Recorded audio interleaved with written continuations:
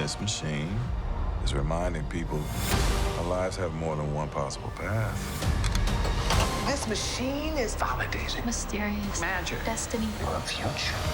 This is the first time we're seeing two and us two. We've been having on the camera, so it's nice to have you fellas out there. Our skin tones are matching too, which is perfect. We're really aligning here. I love Look at that. our outfits. Look at this. Look at our outfits. I feel very much like we're the grandparents in the Willy Wonka. We're just looking at the Morpho machine and what our next couple of years look like. Sometimes it takes a village to raise a grown-ass woman, apparently. But, you know, we tease and say the Morpho machine's like that honest friend. You know, I like to say it's the Morpho's who's giving you the nudge to do something that you otherwise may not have had the courage to do. I just imagine me running and just a bunch of like wild animals chasing me. Oh my goodness. I don't know what that signifies, but I always feel like I'm running from something.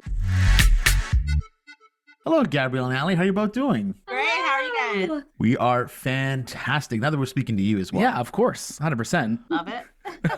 You know, we are such big fans of the Big Door Prize, and we're so happy that it's back for another season. So this is awesome. Oh, thanks. Very excited. Very excited. No, Gabrielle, we get to see a little bit of a different and maybe bit darker side of Cass this season. What was it like for you to get to explore that side of her a little bit more this time around? You know, especially given the extra bit of space between her and Dusty. You know, it was very interesting. I got to like watch the whole season, and it's so funny from when you're in it and you're filming it, and then when you're watching it as a viewer, there are different emotions. I feel like when I'm watching it as a viewer, I'm like, no. But when you're in it, you're understanding her journey. And it's just, you know, like last season, we all got these life potential cards. But then this season, the machine wants to double down and actually give us animated visions. Cass's vision is so like explosive, Graphic. dark, graphic, all of the things. And the state of mind that puts you in, can you imagine seeing that and just like not sleeping for days because you just can't get that image out of your mind? But then it's like you're forced with like, well, what do I do with that? And the Hubbard's, you know, solution in this scenario is let's do this self-exploration. Let's explore what our visions mean, and let's check back in 6 weeks and, you know, tally up the score and figure out where we land in hopes that we'll go our separate ways to come back stronger as a union. But with it being a television series, we're going to find some bumps and bruises along the way. We're going to take some curves. But what I love is that I am personally rooting for Cass, watching where she's come from last season to now, and that the girl's finally trying to grow some legs up under her and find her voice and take a stand. And, you know, befriending Allie's character, Hannah, and like finding new inspiration with, you know, Nat and Giorgio. Sometimes it takes a village to raise a grown ass woman, apparently. But, you know, we tease and say the Morpho machine's like that honest friend. You know, I like to say it's the Morpho's who's giving you the nudge to do something that you otherwise may not have had the courage to do. Because a lot of times we know change is scary. But sometimes it's necessary. And I think Cass is in the space of necessity, and it's going to go through all of that hurt and that pain. But that's how you morph. That's how you grow. You got to go dredge through that dirt to get up and polish yourself off, you know? Yeah, exactly. It's been really fun seeing her evolve over this season for sure. Kind of seems like we all need a Morpho in our own life now. Yeah.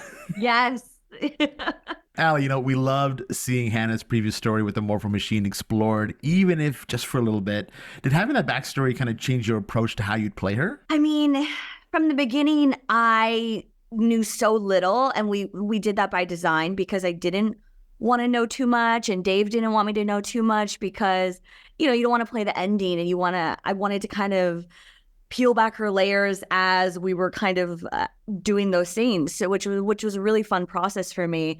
But yeah, it was really fun this season to kind of play more in her awkwardness and less of her having her walls up, but more of like the, hey, do you want to be friends? I don't know how to do this, but I would love to try. And, you know, that was kind of like a new color to play for her. And yeah, I really enjoyed it. It was so much fun. And we know you can't really say much right now also, but we're just curious. Will Officer Giggle McDimples be returning for Toy Story 5? It's the best question. And I wish I could know or say or anything. I mean, all I can say is that movie changed my life, and it was the best experience I love those people, and I would go in a second. We love seeing you there.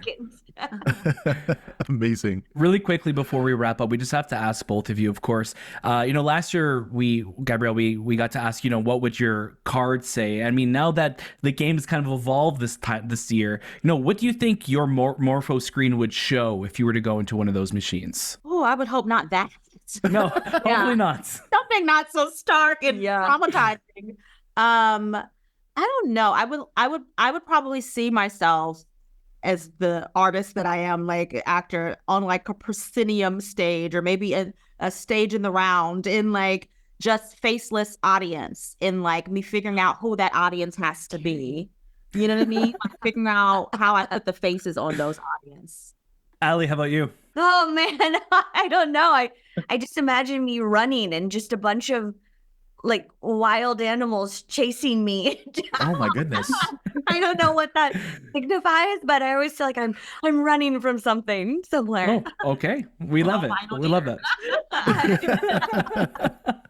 That's amazing. Well, we're so grateful to both of you for having this chat with us. We absolutely love the show. We can't wait for more people to watch it. And we hope we get to talk to both of you very, very soon. Thank you both so much. We appreciate you guys. Thanks for watching.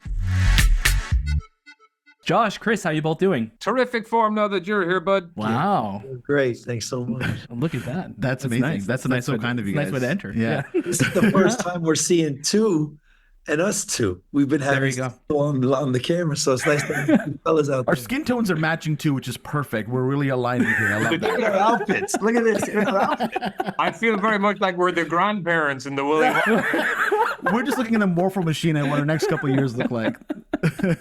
We're so delighted to be speaking with both of you again. Chris, we actually spoke to you last year for season 1 of the Big Door Prize, and we had such a blast.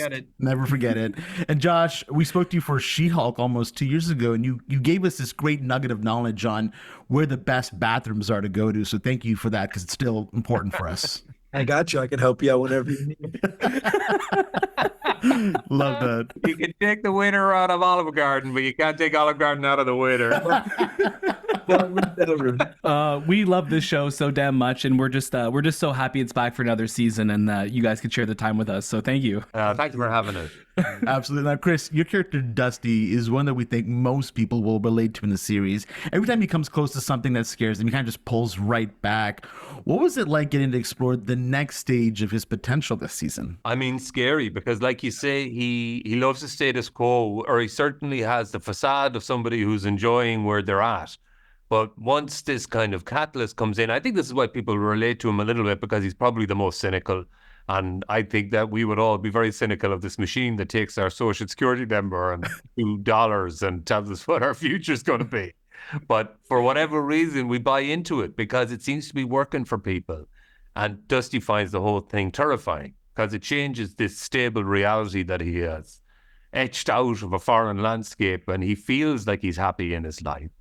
But this equilibrium shift might be even better. Who knows? We'll see how the season goes on. Josh, every line that Giorgio says, whether it's intended or not, kills us every time. And, your line reading of, you F with the Hefe, you'll get F the F'd up, I think changed the trajectory of our lives. So thank you for that. Thank you, man. We can thank Dave Westreed for that one. I, too, loved that line when I read it for the first time. It's so good. What's the most part of playing a character like Giorgio? Honestly, your script is your Bible. Your script is your scripture, in essence.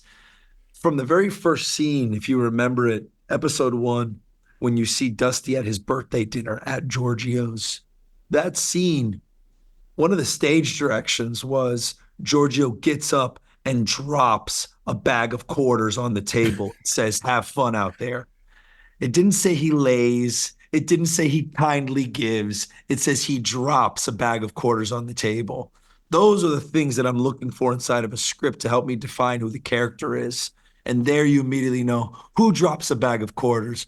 Giorgio drops a bag of quarters. Oh, yeah. And what did we do? We dropped the ding, ding, ding, ding, ding, ding, ding, ding, ding, ding, all over the table. We love that. Did you look to any NHL goalies for inspiration while joining the world of the Big Door Prize? I didn't look to any goalies. I'll tell you right now, my guy's Igor. It's going to be Rangers all the way this year. We're definitely getting and that's not jinxing nothing. Let's go. Igor's my guy. But I'll tell you, for the look, it was the King, okay? It was him with his perfect head of hair, Lundqvist, all right? And then I think a lot about Yamir Yager, that dedication, him doing 1,000 squats a day, him still playing. Yeah, the flow, man. I thought a lot about, man, you know. That's amazing. Now, as we wrap up, one last question for both of you. If there was one thing you wish you could see on the Morpho screen for your next stage, what would it be? I like for it to say quiz show host. You know, great. love a quiz show. That feels like a good gig. You turn up a couple of hours a day, ask some questions on a card. Maybe you're going to take in some information, pepper the world with your knowledge. Mm-hmm. I love I'll that. tell you right now, in an alternate reality on Earth 2, if you would, Oh, yes. would definitely be a reality television show star. And I'd be on competition reality shows. And I say star because I'd like to think myself as like Boston Rob or Tyson. I'd be on Survivor 4 or 5 times. Then I'd pop over to The Amazing Race or The Challenge the way that Tyson did. And then I'd pop over, you know, maybe try to win a game show, password. I don't know. Absolutely. Love that so much.